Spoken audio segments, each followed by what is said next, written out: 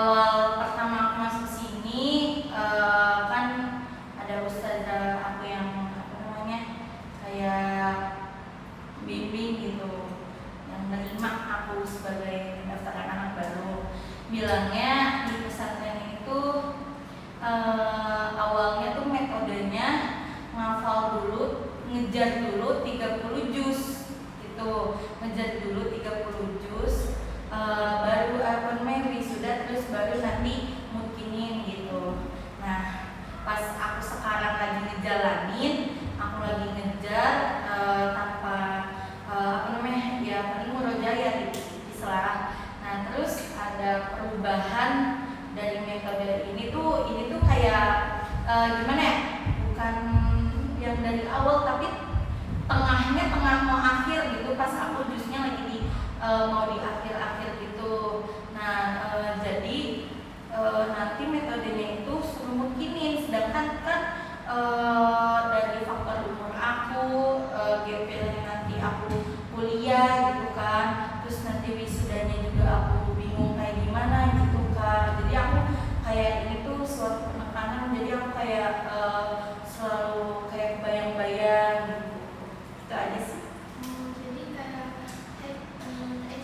tadinya merasa udah cocok banget nih sama metode yang sebelumnya. Ya, pas udah mau di ujung hafal juz ya, tiba-tiba diganti metodenya. Jadi ada kesulitan di situ ya untuk menerima cara metode terbarunya. Benar. Terima kasih ya Teh Echa atas cerita pengalamannya. Apakah ada lagi yang mau menyampaikan pengalamannya? Oke, silakan ya. Kalau juz 5 atau awal masuk juz 5 itu bacanya susah. Terus itu juga aku kayak udah sakit 20 hari. Jadi itu pas setelah pas awal juz 5 itu. Nah, pas mau setelah juz 5 itu aku malam-malam mikir, tapi gak lancar-lancar gitu. Pas tahajudnya tiba-tiba orang tua Tasya datang, terus bilangnya mah saudara Tasya mah sakit di rumah sakit gitu. Pas Tasya diantar pulang ke rumah teman Tasya, saudara Tasya tiba-tiba meninggal. Di situ ujiannya bisa kita sih. Jadi Tasya lagi semangat-semangatnya dalam menghafal di juz 5 itu, tiba-tiba Tasya mendapatkan kabar yang cukup menyedihkan. Terima kasih ya Tasya atas pengalaman ceritanya. Apakah ada lagi nih teman-teman? Oke, silakan ceritanya ceritanya sudah sebelas kayak Tasya waktu itu lagi semangat-semangatnya hafal kan dari satu juz awal. Di situ lagi semangat-semangatnya hafal, tapi emang sebelum berbulan kemarin itu nenek sempat ngedrop. Terus pas di hari itu seharusnya memang hari beneran pengen dibawa dengan keluar. Waktu itu mau dibilangin sama teman buat ngejemput nenek, tapi baru-barunya tiba-tiba kakaknya Gina datang, terus katanya ayo pulang dulu. Terus dirasa aku tuh udah gak enak ya, nenek gak apa-apa kan, kalau ayo pulang dulu, tapi kita harus naik ke sana sebelum 6:30. Pas berjalan tuh namanya udah 7:30, kenapa ya, ternyata pas nyampe rumah tuh udah dan bisa juga nggak sempat buat ngertiin lagi beberapa lagi karena emang posisinya demikian. Itu cobaan yang jadi sempat jadi perjuangan selama ini ya, di saat Gina di pesantren, padahal Gina juga ingin melihatlah akhir-akhir seperti yang mencium gitu, tapi ternyata pas sudah datang semua sudah bisa kan ya. Terima kasih Gina atas cerita pengalamannya. Nah teman-teman, ternyata setelah kita mendengar curhatan dari teman-teman, kita dapat melihat nih banyak faktor-faktor stres yang berbeda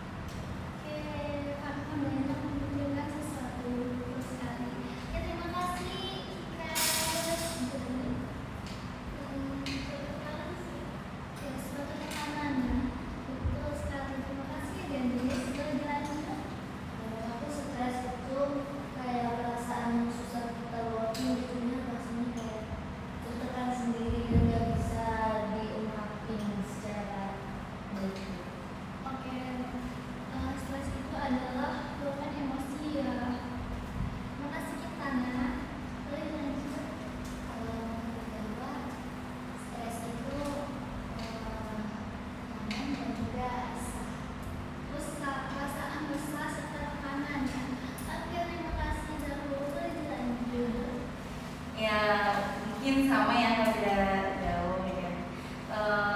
Tekanan juga dan kayak stres tuh istilahnya kayak bikin pengen meledak terus hampir gila gitu sih gitu. Iya. Menahan emosi ya sampai Iya. meledak. Iya. Oke, terima kasih Teh Eca. Yang mau kita sama sih Teh Eca, kayak stres itu bikin emosi yang lebih. Terus terima kasih Tasya. Kalau menurut Sylvia juga 11-12 kayak Teh Tasya, karena kebanyakan overthinking dan juga kayak bikin emosi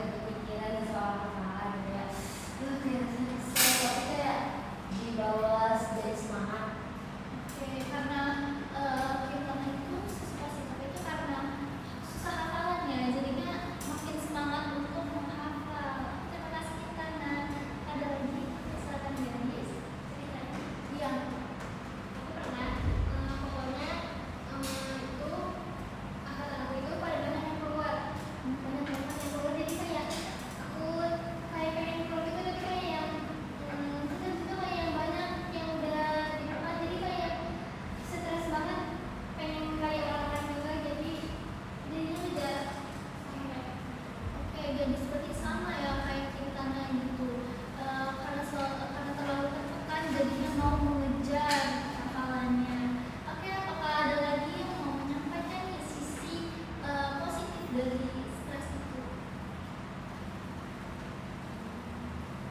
Oke, silakan. Mungkin kalau ini sisi positifnya itu emang seperti jauh ya dari stres yang dialami, tapi itu karena dukungan dari orang sekitar itu bisa stres itu bisa bikin bipolar ucapan yang bikin kita tuh lebih dari sebelumnya.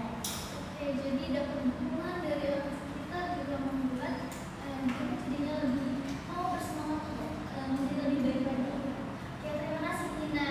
Nah, betul sekali nih yang tadi teman-teman telah sampaikan bahwa stres itu tuh ada sisi positifnya, nggak melulu tentang negatif.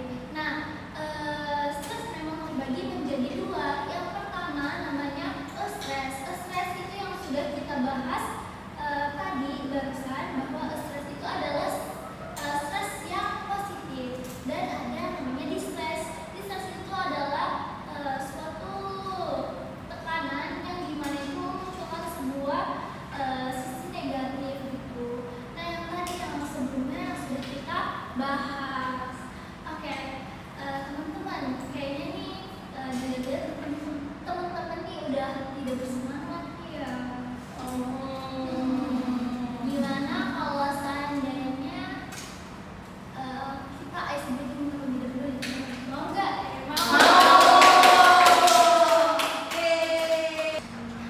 Oke teman-teman, ice breakingnya yaitu kita membentuk kertas. Bentar ya, bagian dulu satu.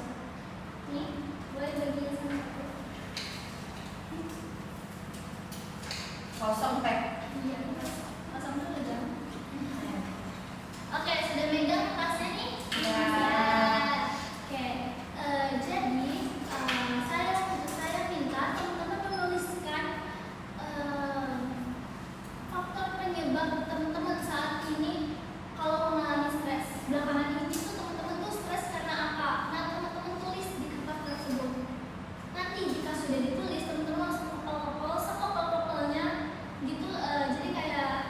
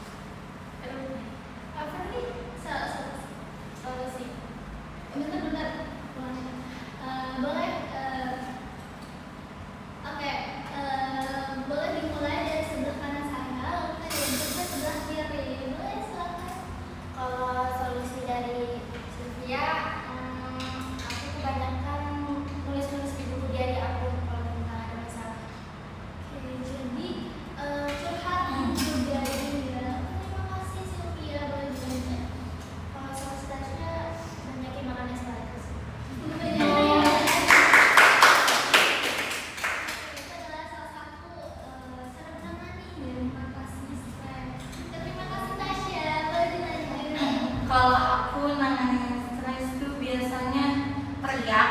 Kalau nggak teriak, opsi keduanya dengerin lagu kayak Spotify gitu. Dengerin lagu serta berhadiah untuk mengeluarkan emosi-emosi Iya. dalam diri. Oke, terima kasih Eca. Kalau aku kalau lagi stres itu biasanya healing, kalau enggak makan.